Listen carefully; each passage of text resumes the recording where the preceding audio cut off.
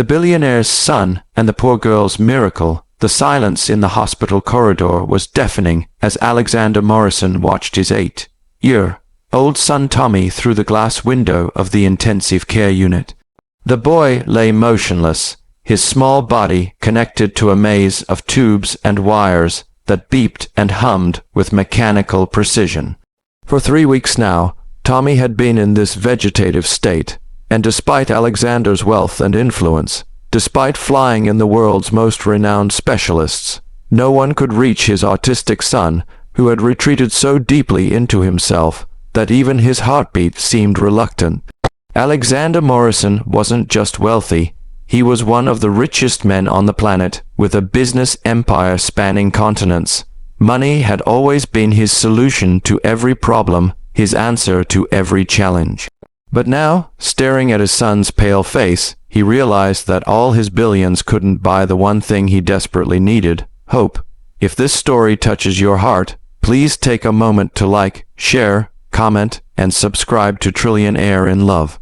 Your support means everything to our community of storytellers. The doctors had given up. Dr. Richardson, the head of pediatric neurology, had been brutally honest during their last meeting.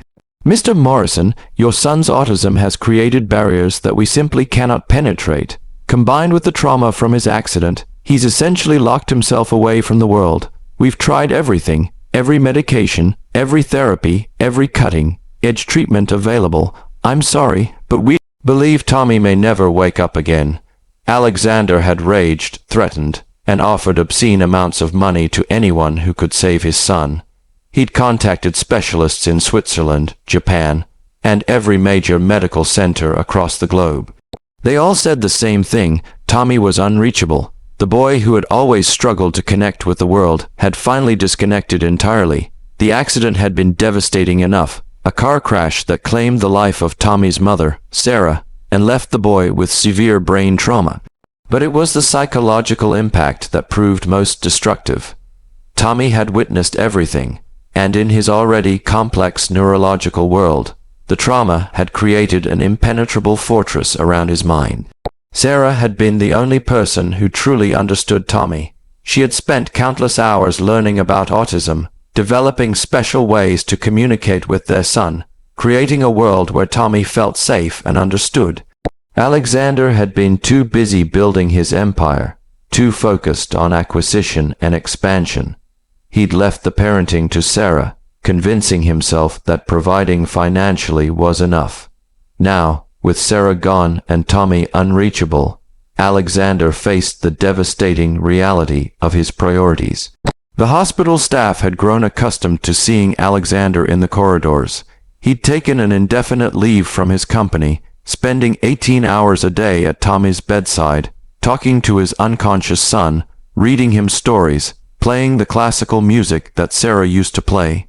Nothing worked. The monitors showed no change in brain activity, no response to stimuli, no sign that Tommy was even aware of his father's presence.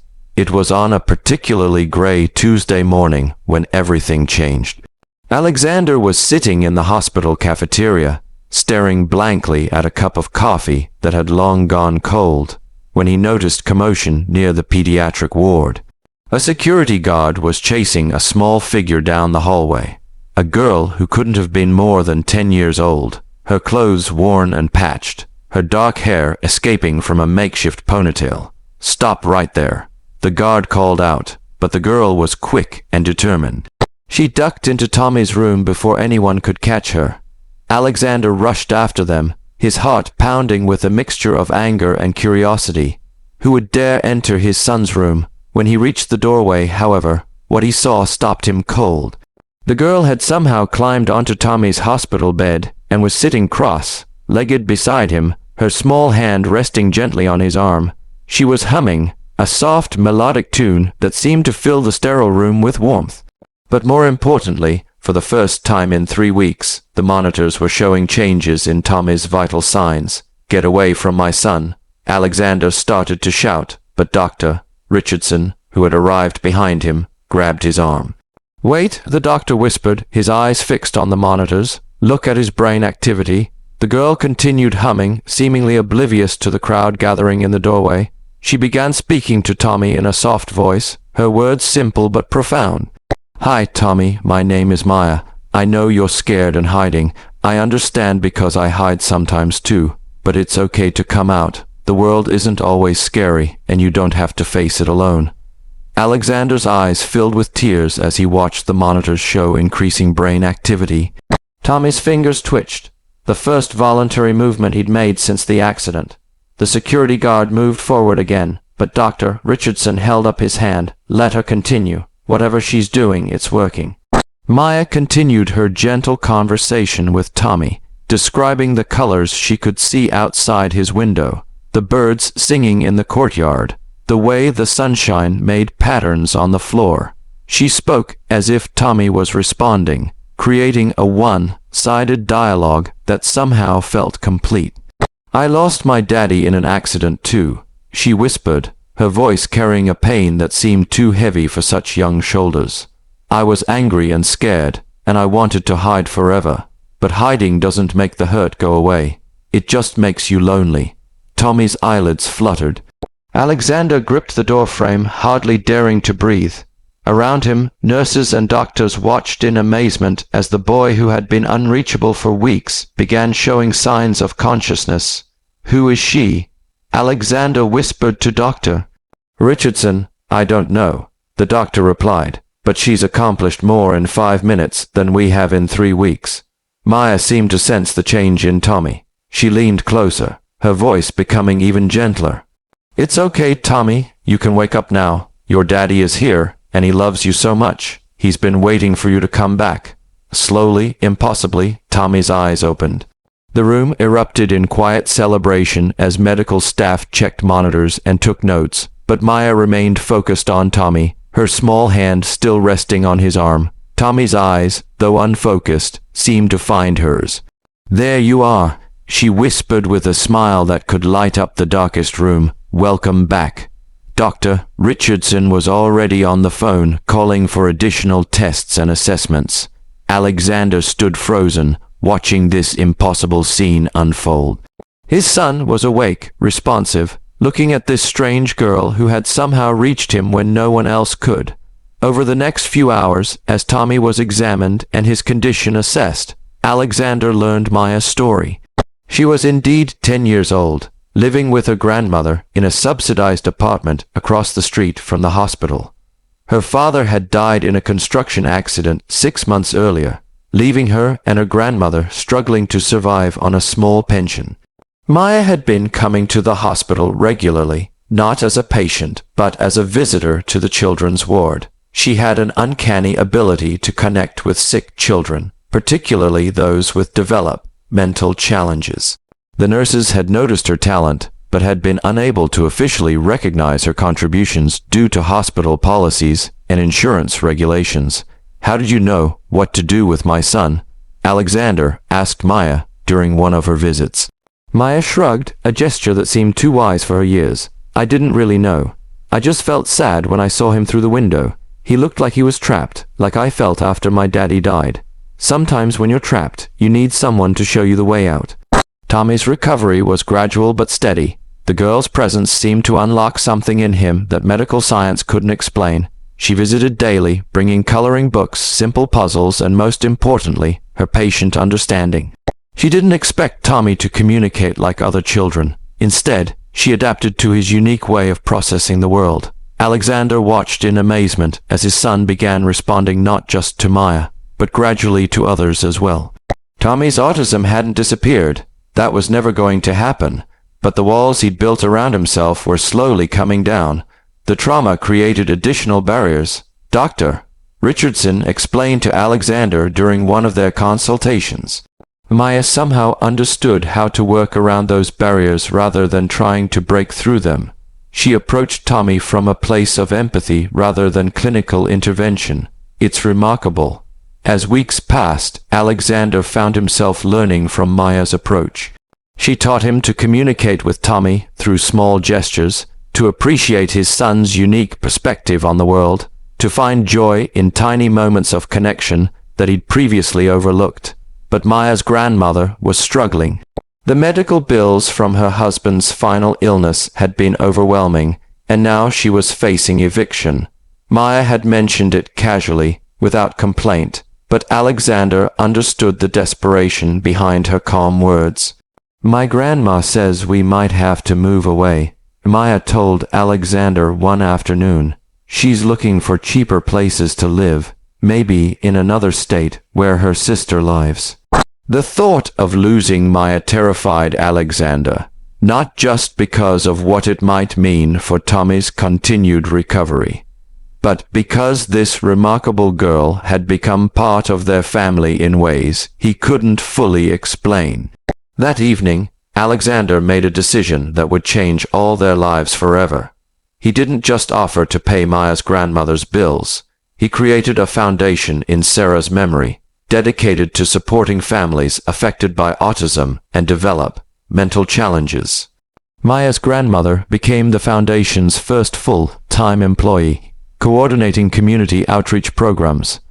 Maya herself became Tommy's official companion and advocate, a role that allowed her natural gifts to flourish in a structured environment.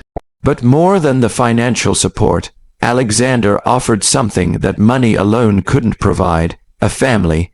Maya and her grandmother became part of the Morrison household, not as employees but as loved ones. Maya continued her incredible work with Tommy and other children, while Alexander finally learned to be the father his son had always needed. Tommy never became a typical child. His autism remained part of who he was, bringing both challenges and unexpected gifts. But with Maya's friendship and his father's newfound understanding, he began to engage with the world in ways that brought joy to everyone around him. He developed a love for music, inspired by the songs Maya had hummed during his darkest hours. He showed remarkable talent for pattern recognition and mathematical concepts, abilities that had been hidden beneath his trauma and isolation. The foundation grew, helping hundreds of families navigate the complex world of autism and develop mental challenges. Maya became a powerful advocate for children like Tommy, speaking at conferences and inspiring new approaches to therapy and support. Her natural empathy and understanding led to innovative programs that bridged the gap between clinical treatment and human connection.